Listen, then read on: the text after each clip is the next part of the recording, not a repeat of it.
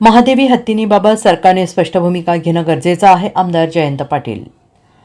महादेव हत्तीं 700 वर्षांची परंपरा खंडित करण्याचं काम कायद्याच्या माध्यमातून झालेलं आहे. हत्ती इथेच राहावा यासाठी सरकारने स्पष्ट भूमिका घेणं गरजेचं आहे.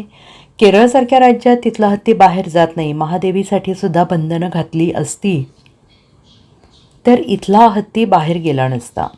700 गावं असणाऱ्या या मठाच्या अधिपत्यात ही परंपरा चालू आहे. परंपरा मोडल्यामुळे सगळेजण नाराज आहेत. 32 शहराच्या नागपंचमीला जी भूमिका घेतली तीच भूमिका महादेवी हत्तीबाबत घ्यावी. याबाबतीत सकारात्मक भूमिका सरकारने घेतली असती तर हा प्रसंग टळला असता. सुप्रीम कोर्टापर्यंत जाऊनसुद्धा यश आलेलं नाही. इथला हत्ती जाणार नाही अशी या शांतताप्रिय जनतेची भूमिका होती. मात्र तसं झालं नाही. हत्ती परत यावा यासाठीचा लढा यापुढे सुद्धा तीव्र होईल असंही त्यांनी म्हटलेलं आहे. सुप्रीम कोर्टाकडून न्याय मिळाला नसला तरी राष्ट्रपती अशा निर्णयामध्ये मध्यस्थी करू शकतात. त्यामुळे अजूनही महादेवी हत्तींबाबत आम्ही आशावादी असल्याचं आमदार जयंत पाटील यांनी प्रसारमाध्यमांशी बोलताना म्हटलेलं आहे. नान्नीला महाराजांची दर्शन घेतलं, भेट घेतली. या मठाची नान्नीची शेकडो 700 वर्षापासूनची परंपरा ही खंडित करण्याचं काम कायद्याच्या माध्यमातून आज झालेलं दिसतंय. खरं तर सरकारने या मठाच्या बाजूने आणि हत्ती इथं राहावा या बाजूने स्पष्टपणाने भूमिका घेणं आवश्यक आहे. केरळसारख्या राज्यामध्ये त्या राज्यातला हत्ती बाहेर जात नाही. तसं महाराष्ट्राला देखील तशी बंधनं जर घातली असती तर आपले हत्ती दुसऱ्या राज्यात घेऊन जाण्याचं कृत्य थांबलं असतं. आज इथं 700 गावं या मठाच्या अधिपतीखाली येतात, अधिपत्याखाली.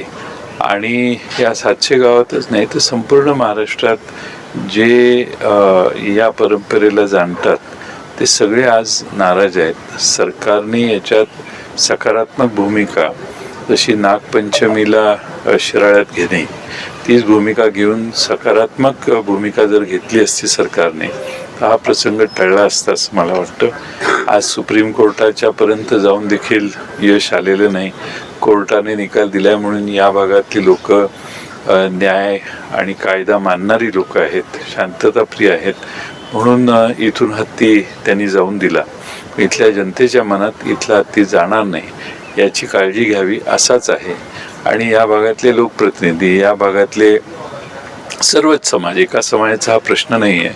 ह्या जिव्हाळ्याची भावना त्या हत्तीबद्दल नान्नीच्या मठाधिपतींची आणि सर्वांचीच आहे. आणि ही भावना साठी हा लढा अधिक तीव्र भविष्यकाळात होईल असं मला वाटतं. आणि सरकारने देखील याच्यात सकारात्मक दृष्टिकोन ठेवणं आवश्यक आहे.